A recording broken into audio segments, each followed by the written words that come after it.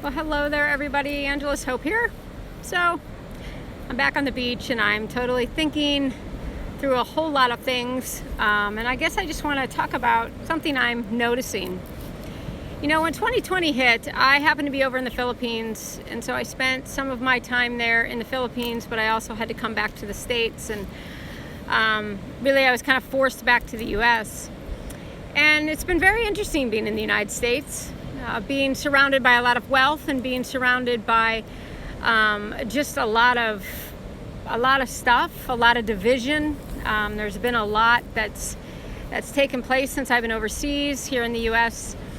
And I think my heart was sad because what I started to see with all of the lockdowns and, you know, the whole world's being put on lockdown here, there was a real separation that ended up happening, I think, in a lot of people. And there was a lot of a disconnect. From people losing jobs to all sorts of things, health crises, relationship crises, all sorts of things happened in 2020. And it wasn't just in America that this happened, but, you know, it happened to be all over the globe that this was happening.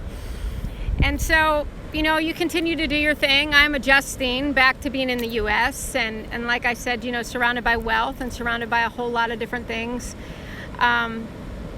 And it hasn't been easy, I'll be honest. It has not been easy being back here because I've spent a good portion of my life working amongst the poor. And I've spent a good portion of my life working against the marginalized and the vulnerable and working with them. And I didn't do it here in the U.S. I did it in developing nations. Some were third world nations, all sorts of different nations. And so I saw a lot of other complicated issues and different problems that I don't see in Western nations. Or if they are here in Western nations, they're really they're under wraps and it's not as seen as much.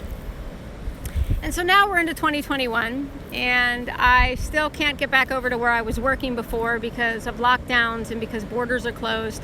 So you have to think of a whole new way to do life, right? And I think that's what 2020 did for a lot of people. It repositioned people, and some people quit jobs that they'd been doing for years, and there was like a whole new way of doing life. But I'm still seeing something that breaks my heart, and it really is the lack of connection that is still happening amongst people. And what I mean by that is there are a lot of people that can get on bandwagons for causes, and they can get on bandwagons and they can look like they're being supportive and they're caring and they're doing all these things. It can look like that. But at the end of the day, there still is a very big disconnect. And I think social media can make it look like you're connected, but you're not really connected. It's very flashy. It's the way that something has to look. And so, you know, you can have a lot of likes and shares and follows and all of these things, but that doesn't mean that you're actually really, really connecting. And I guess for me, when I think about the new earth and I think about where we're headed, we are entering into a season where there's going to be a lot of collaboration and a lot of connection between people. And I know that it's taking a lot of us time to get out of 2020 and to do all of those things. But we really have an opportunity here to collaborate and really come together and be very unified. And it feels like there's still a lot of disconnection with people. People are you know, trying to get their lives back in order, and as they're trying to get their lives back in order, they're also shutting other people out, and they're, you know, blocking the rest of the world and not seeing certain things, and they're only so, you know, focused on themselves. And I think that is the hardest thing for me to see here in the United States, specifically where I am, is the continual focus of I, and it's not about we. I think I can see that on social media. I can see that in a whole lot of different areas. And it feels like even though we knew that the world was connected with this mass catastrophe and, you know, these things that were happening, and that's whether you believe it's real or not is irrelevant, a lot of things happened on a global scale in this time. And we just haven't recovered from that. We are even more isolating each other and even more disconnecting each other, and the world continues to go on. And so I think what's challenging for me, after spending a lot of my life overseas working in very connected communities and working really with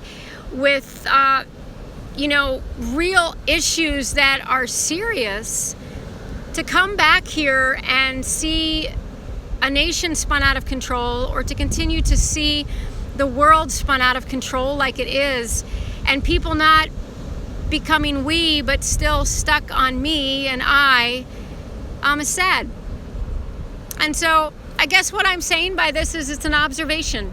It's something just I see, and it's my hope that we do come together. It's my hope that we begin to collaborate in things, not collaborate with people that are cool or collaborate with, the latest thing, but collaborating in a way that really is for change, and really a change. And so I guess that's me just kind of talking as an older person, observing what is happening not only on social media, but also observing the planet as a whole and observing America. We're just still really disconnected. And I think it's sad, because we have an opportunity to really connect together and really unify together. And yeah, it's just, we're moving into a place of the new earth being about we. It's not going to be about me. It's not going to be about I. And so for those who call themselves light workers and people who are doing these things, we don't just shed love and light, but sometimes there are things that have to be talked about, and things that have to be hit, and things that need to be said to help wake us up and to bring us into that place and space where we see ourselves as we, no longer me. All right. Have a good day, everyone.